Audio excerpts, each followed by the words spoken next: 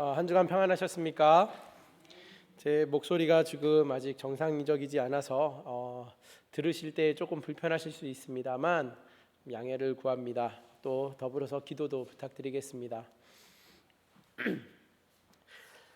오늘 말씀 제목은 갈멜산과 호렙산 사이입니다. 갈멜산과 호렙산 사이. 앞서 우리 오늘 본문은 열왕기상 19장 말씀이지만 앞서 18장에는 우리가 너무나도 잘 알고 또 우리가 좋아하는 말씀이 기록되어 있습니다. 바로 갈멜산 사건이 앞장 18장에 등장합니다. 갈멜산에서 무슨 일이 있었느냐? 영적 간음에 빠져 있던 이스라엘을 그리하여서 온 나라가 하나님을 버리고 바알과 아세라를 섬기고 있던 이스라엘에 하나님의 사람 엘리야가, 정말 하나님께서 크게 붙들어 쓰신 사람 엘리야가 모은 백성을 그 갈멜산 앞에 모으고서 불의 신이라고 하는, 그 번개의 신이라고 하는 바알과 맞서서 불로 맞대결하여서 승리한 사건이 앞서 18장에 등장합니다. 하나님의 사람 엘리야가 850명의 바알 선지자와 또한 아세라 선지자와 850대 1로 붙어서 놀라운 불로 응답받고 승리하는 사건이 바로 앞에 있습니다. 그리고 지난 3년 반 동안 온 이스라엘에 가물어서 정말 온 나라를 아무리 샅샅이 구석구석 다 뒤져도 물줄기 하나 없는 그 가뭄에 시들어 있는 그 이스라엘에 하나님의 사람이 기도하자 3년 반 만에 비가, 그것도 큰 비가, 그 단비가 내리는 사건이 기록되어 있습니다.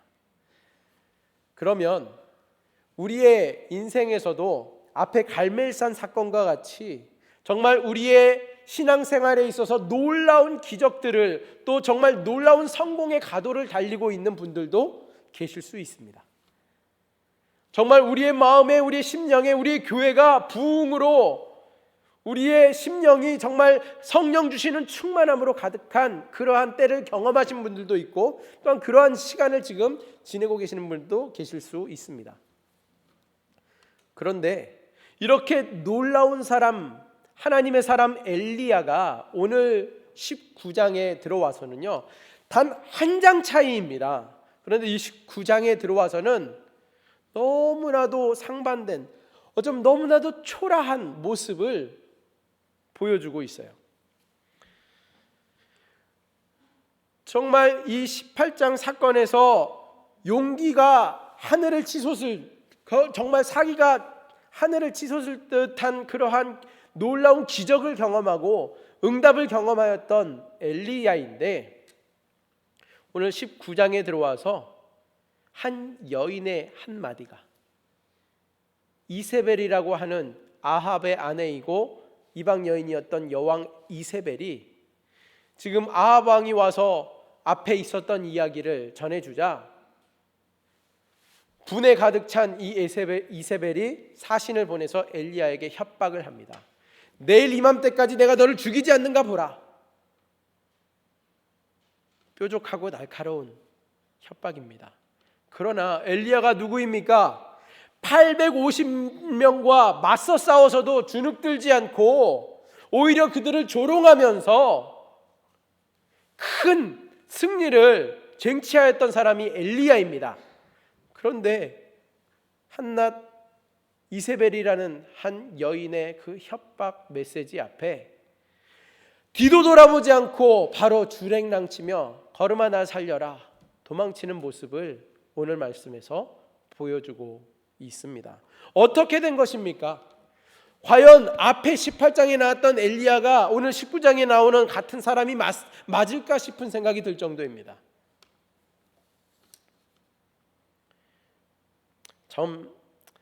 이 19장에 나오는 엘리야는요, 너무 인간적이에요. 하나님의 사람이라기보다는 그냥 나랑 별반 다를 바 없는 너무나도 연약한 존재로 비춰지고 있습니다. 어떻게 된 것일까? 너무나도 초라하기 짝이 없습니다. 너무나도 못나 보입니다. 그런데 하나님께서는요, 이 갈멜산에서 승리를 취하였던 엘리야의 하나님으로 그치시는 것이 아니라 지금 이 초라하고 연약한 모습을 보이고 있는 엘리야마저도 내치지 아니하시고 버리지 아니하시고 엘리야를 찾아가시는 하나님이십니다. 19장 말씀 보시면 엘리야의 모습을, 우리가 그 엘리야의 실체를 살펴볼 수 있습니다. 오늘 본문 속에서 두 가지를 집중적으로 살펴보고자 하는데, 첫 번째는 엘리야의 실체입니다. 아니, 우리 인간의 실체라고 말할 수 있겠습니다. 그렇게 큰 놀라운 승리를 경험한 엘리야였지만 이세벨의 그 위협의 소리 앞에 움츠러들고 마는 엘리야의 모습을 봅니다. 850명의 이방 선지자들의 그 조롱과 야유에도 전혀 굴하지 않던 단단했던 엘리야가 이세벨의 그 협박 한마디에 그만 생명을 포기하고 싶어 할 만큼 큰 낭망에 빠지고 맙니다. 우리는 여기에서 놀랍니다. 대결에서 그렇게 우렁찼던 엘리야가 왜 이렇게 약해졌을까? 왜 이렇게 못난 모습일까? 이 정도밖에 되지 않았나 엘리야라는 사람이. 그까짓 거 가지고 이 대선지자라 불리는 엘리야가 우울증에 빠질 수 있는가? 그런데 답은 그렇습니다. 답은 얼마든지 우울증에 빠질 수 있다는 것입니다. 그 놀라운 승리를 취하였던 엘리야이지만 우리 역시 놀라운 하나님의 은혜를 덧입고 부흥을 경험하였던 사람일지 모르지만 한낱 초라한 사람처럼 전락해버린 엘리야처럼 우리 역시 지금은 그때 그 신앙의 가도를 달리던 모습은 온데간데 없고 광야로 숨어서, 동굴 안에 숨어서, 로뎀나무 그늘 아래 숨어서 하나님 나 좀 데려가세요, 어디 나서지 못하고 움츠려들고 있는 엘리야의 모습과 우리는 동질감을 느끼게 됩니다.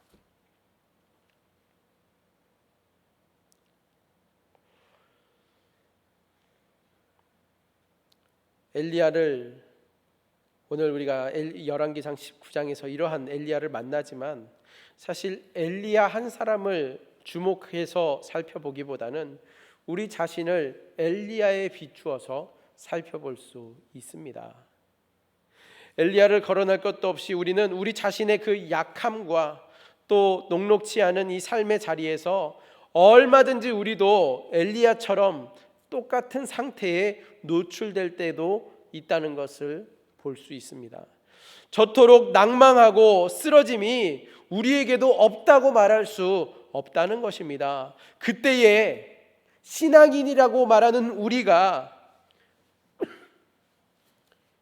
예수님을 믿는다고 하는 우리가, 전지전능하신 하나님을 믿는다고 하는 우리이지만 나의 초라한 모습에 과연 나는 정말 하나님을 믿는 사람이 맞는가? 나는 정말 그리스도인이라고 그렇게 담대하게 말할 수 있는가?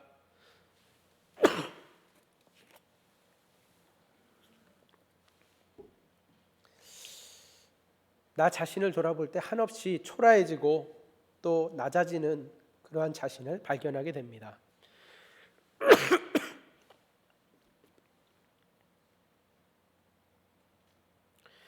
그러면서 우리가 깨닫는 것 한 가지가 있습니다. 내가 일이 못났구나. 내가 정말 믿음이 있는 게 맞는가? 내가 정말 하나님의 구원을 받은 자녀가 맞는가? 그럼에도 불구하고 이렇게 또 넘어지고 또 넘어지는구나. 나는 아무래도 그런 것 같아. 나는 역시 되지 않아. 그러한 생각이 든다면 지극히 정상적이고 당연한 일입니다. 엘리야도 이러한 경험을 하였는데 나라고 다를 바가 없습니다.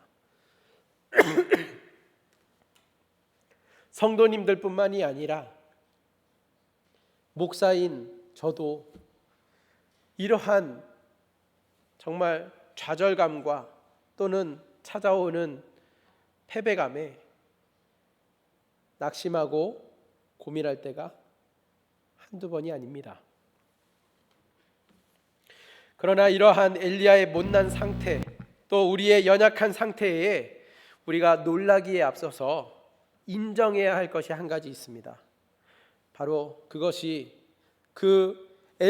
앞서 18장에 나오는 승리의 엘리야의 모습만이 진정한 엘리야의 모습이 아닌 것처럼 우리의 실체 역시 우리의 온갖 실패와 낭만과 때로는 찾아오는 내가 이겨낼 수 없는 우울감, 그러한 상태 역시 나 자신의 솔직한 실존이고 실체라는 사실을 인정해야 한다는 것입니다. 850대 1에서 승리를 경험한 그 엘리야가 불로 응답을 받고 하늘의 비가 쏟아지는 응답을 경험한 그 엘리야가 엘리야의 본 실존의 모습이 아니라 로뎀 나무 아래에서 하나님 족합니다, 이제 저를 데려가세요, 죽여주세요 하는 그 못난 실존이 엘리야의 본 실존이라는 것을 여기에서 발견하게 된다는 말씀입니다. 그리고 그것이 솔직한 엘리야의 실체입니다.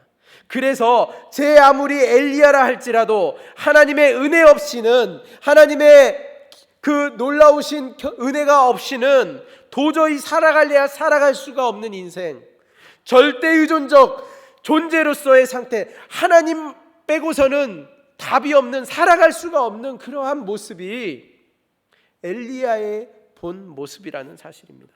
그렇기에 놀랄 이유가 없습니다.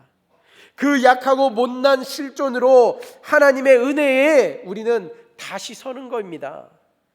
내가 쓰러졌다고 포기하고 낭망하는 것이 아니라 그러한 존재가 나이기 때문에 오늘도 다시 하나님의 은혜를 구하고 오늘도 다시 하나님의 그 품에 기대는 것입니다. 이를 악물고 입술 깨물고 악착같이 그냥 그래 난 할 수 있다, 하면 된다, 해보자, 그런 다짐과 애씀이 우선이 아니라, 그것이 먼저가 아니라 무엇이 먼저입니까?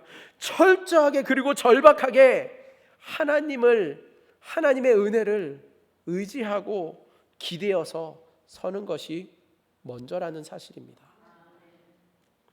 그리고 그것이 바로 신앙입니다.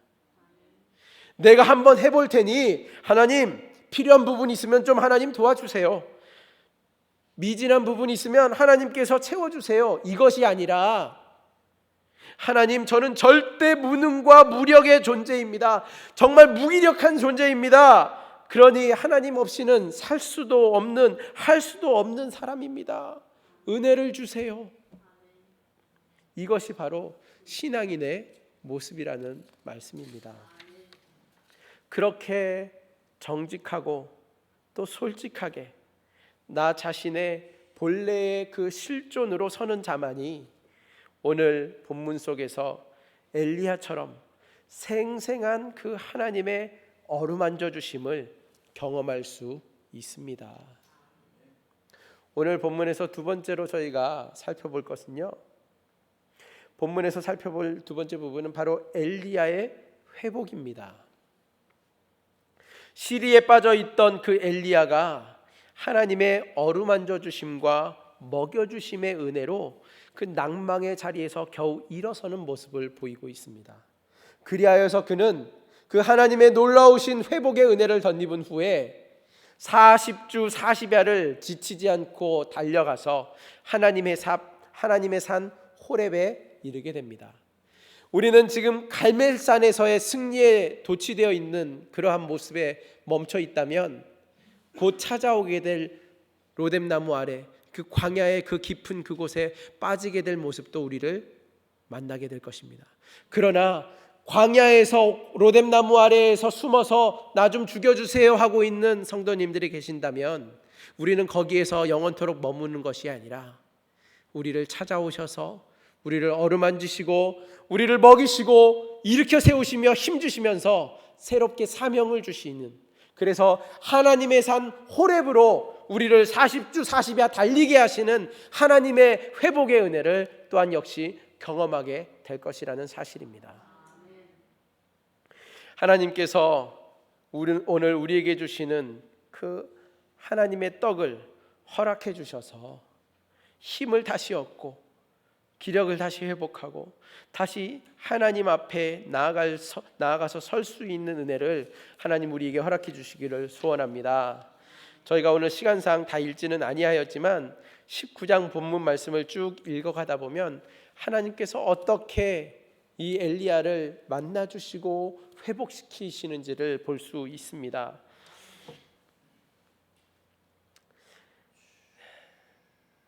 엘리야가 하나님의 산 호렙에 이릅니다.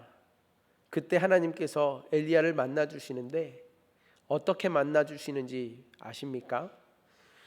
하나님께서는 이스라엘 백성에 나타나실 때에 크고 강한 바람 가운데 나타나셨습니다. 지진 가운데서 나타나셨습니다. 불 가운데서도 하나님께서는 하나님을 보이셨습니다. 그러나 오늘 하나님의 산 호렙산에서 하나님이 엘리야를 만나실 때에는 크고 강한 바람 가운데도 계시지 아니하셨습니다. 지진 가운데에서도 불 가운데서도 하나님은 계시지 아니하셨습니다.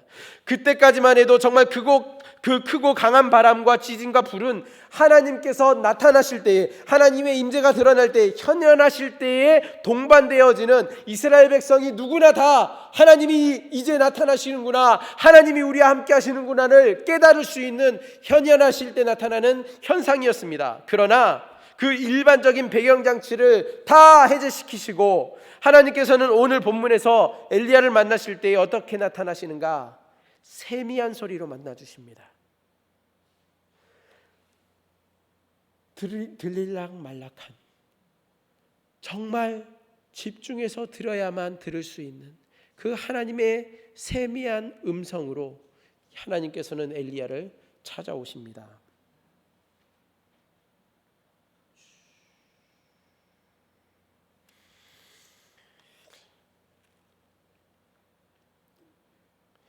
엘리야야, 내가 어찌하여 여기 있는 거냐? 엘리야야, 내가 여기 이렇게 주저앉아 있어야 할 것이 아니지 않냐? 엘리야야, 다시 일어나라.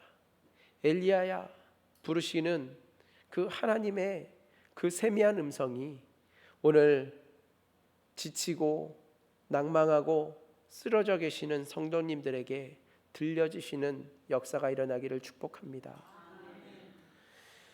우리 많은 그리스도인들에게요, 신앙생활을 하시는 분들에게 적지 않은 오해가 한 가지 있습니다. 다름 아닌 어떠한 특별한 가시적으로 드러나는 그러한 신비한 기적을, 또는 우리의 정말 힘들고 짓누르는 그러한 인생의 여러 가지 문제들을 한 방에 역전시켜주는 그런 놀라운 사건을, 기적을 경험해야만 하나님이 나를 응답해 주셨다, 하나님이 나를 지켜주셨다, 하나님이 나를 만나주셨다, 그렇게 생각하는 경우가 있습니다. 그러나 그러한 능력이나 기적 응답으로 하나님께서 분명 우리를 찾아오시고 응답해 주실 수 있는 하나님이시지만, 오늘 본문에서처럼 하나님께서는 때로는 어떻게 찾아와 주십니까?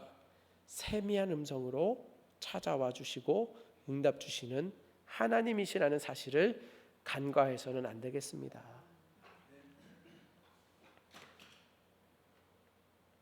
오늘 본문에서 하나님께서는 크고 강한 바람이나 지진과 불 가운데서 엘리야를 만나 주시지 않으셨습니다. 눈에 보이지도 않고 우렁찬 소리도 아니한 세미한 음성으로 주님께서는 만나 주셨습니다.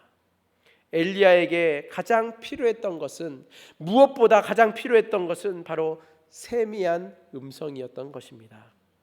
세미한 음성은 하나님의 사랑과 또 하나님의 긍휼의 속삭임입니다. 그 하나님의 속삭임이 엘리야를 다시 일으키고 살리셨습니다. 여러분, 혹시 지금 로뎀나무 아래에 계십니까? 광야의 그 깊은 곳까지 들어와 계십니까? 먼저 하나님의 그 세미한 음성 앞에 머무시는 은혜가 있기를 축복합니다. 그리고 잠잠히 우리의 귀를 하나님께 기울입시다. 내게 뭐라고 말씀하시는지, 주님이 내게 주시는 말씀이 무엇인지 그 세미한 소리에 귀를 기울여 보시기 바랍니다. 그 세미한 소리야말로, 그 사랑의 속삭임이야말로 우리를 진정 살리고 회복해 하는 생명의 소리이기 때문입니다. 오늘 그런데 본문에서 엘리야가 시리에 빠진, 실족하게 된 이유 중에 하나가 무엇인지 아십니까? 바로 내가 하나님을 위해 너무나도 귀하고 놀라운 일을 행하였는데, 그 큰 기적을 행했는데, 그 큰 일을 행했는데 이제 나만 남았다는 것입니다. 자신에게 여력이 더 남아있지 않아서 이제 그만 끝내고 싶다는 것입니다. 내가 그렇게 놀라운 일을 행하였음에도 불구하고 이세벨이 나를 협박하는데 나를 지켜줄 리가 없구나, 나 혼자구나 하는 그러한 생각에 엘리야는 낙심할 수밖에 없었습니다. 내가 이렇게 주의 몸된 교회를 위해서 열심히 일하고 열심히 봉사하고 섬겼는데 나에게 돌아오는 것은 아무것도 없구나, 나를 알아주는 이는 아무도 없구나, 내게 남은 것은 아무것도 없구나, 내 곁에는 그 누구도 남아있지 않구나. 엘리야와 똑같은 시리에 빠져 계시는 분들이 계실 수 있습니다. 그러나 하나님의 음성에 귀 기울이시기 바랍니다. 하나님 뭐라고 말씀하시는가? 하나님께서 그 엘리야를 찾아가셨을 때, 그래 끝내자, 그만이다, 내 할 일 다 했구나, 이제 내가 너에게 뭘 더 바라겠니, 수고했어, 그렇게 말씀하십니까? 그렇게 엘리야를 거두어 가셨습니까? 그렇지 않으셨습니다. 하나님께서는 지쳐서 낭망해 있는 엘리야를 찾아오셔서 말씀하십니다. 엘리야야, 너만 남은 것이 아니다. 바알에게 무릎 꿇지 않은 7,000명이 남아있다. 너를 이어서, 너의 뒤를 이어서, 내가 너에게 준 사명을 이어서 맡아서 이어갈 엘리사를 네가 가서 기름 부어라. 내가 너에게 또 다른 사명을 너에게 준다. 이 말씀 속에서 하나님의 어떠한 속마음이 담겨져 있는지 아십니까? 엘리야야, 일어나거라. 내가 남겨둔 사람이 있다. 너의 일도 아직 끝난 것이 아니다. 너에게 할 일이 아직 남아있다. 그러니 엘리야야, 일어나거라 하시는 하나님의 말씀이 곧 오늘 우리 각 개인에게 주시는 말씀입니다. 영적으로 무력감과 외로움에 낭망에 빠진 엘리야를 하나님은 결코 내치지 않으셨습니다. 이제는 쓸모가 없다고 제하지도 않으셨습니다. 섬세하고 따스한 세미한 소리로 주님은 설득해 주십니다. 하나님께서 결코 사람이 없으셔서 엘리야가 아니면 안 되는 일이기 때문에 그렇게 설득하고 계시는 것입니까? 그렇지 않습니다. 하나님께서는 하나님의 사람을, 당신의 사람을 끝까지 포기하지 아니하시는 하나님이시기 때문입니다. 갈멜산에서 능력을 행사하는 엘리야만 하나님의 사람이 아니고, 그러한 엘리야를 사랑하시는 하나님이 아니라 정말 참 못나고 비참한 저 광야 깊은 곳에 숨어서 로뎀나무 아래 숨어 있는 엘리야마저도 하나님께서는 여전히 사랑하시는 하나님이시기 때문에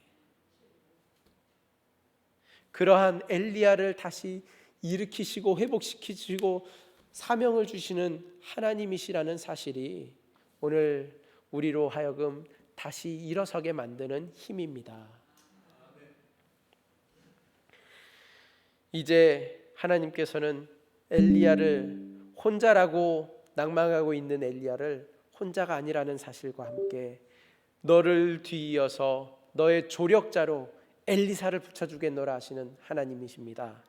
엘리야를 응원하면서 그 자비를 베푸시는 하나님을 나의 하나님으로 믿고 계십니까?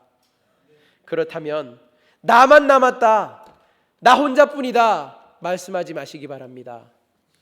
이제 우리 자신의 한계와 절망적인 상황에만 집중하면서 한숨 짓지 마시기 바랍니다. 우리에게 찾아오셔서 우리를 위로하시고 격려하시며 어루만져 주시고 먹을 것을 주시며 힘을 주셔서 다시금 40주 40야를 하나님의 산 호렙까지 달리게 하시는 그 하나님을 만나는 저와 여러분이 되시기를 주님의 이름으로 축복합니다. 그 하나님의 손길을 신뢰하는 저와 여러분이 되시기를 주님의 이름으로 축원드립니다. 그렇습니다. 산을 옮길 만한 믿음을 자랑하는 사람도, 폭풍 후에도 굴하지 않고 단단하고 굳건하기만 해 보이는 그 사람도 언제든지 흔들릴 수 있고 무너질 수 있고 넘어질 수 있습니다. 그렇다면 우리도 우리의 모습에, 우리의 초라한 모습에 낙심하지 마시기 바랍니다. 하나님께 기댑시다. 하나님의 그 세미한 음성에 귀를 기울입시다. 그리하여서 로뎀나무 아래에서 말없이 숨죽여가며 눈물을 흘리며 신음할 수밖에 없는 그러한 존재인 우리가 다시 하나님으로 인해 일어서는 은혜를 경험하는 그러한 복된 한 주간이 되고 우리의 인생이 되기를 주님의 이름으로 축원드립니다. 하나님 감사합니다. 연약한 믿음을 가진 우리를 그냥 가만 내버려 두시지 아니하시고 세미한 소리로 우리에게 말 걸어 주시고 어루만져 주시고 일으켜 주시니 감사합니다. 늘 어디서나 그 주님의 그 세미한 소리와 그 따뜻한 손길이 우리를 인도하시고 덮어주시기를 소망합니다. 그리하여서 주님의 산 호렙까지 우리가 다시 힘을 내어 달려가는 우리 장흥 성도들, 장흥 가족들 다 되게 하여 주시옵소서. 감사하며 예수님의 이름으로 기도하옵나이다. 아멘.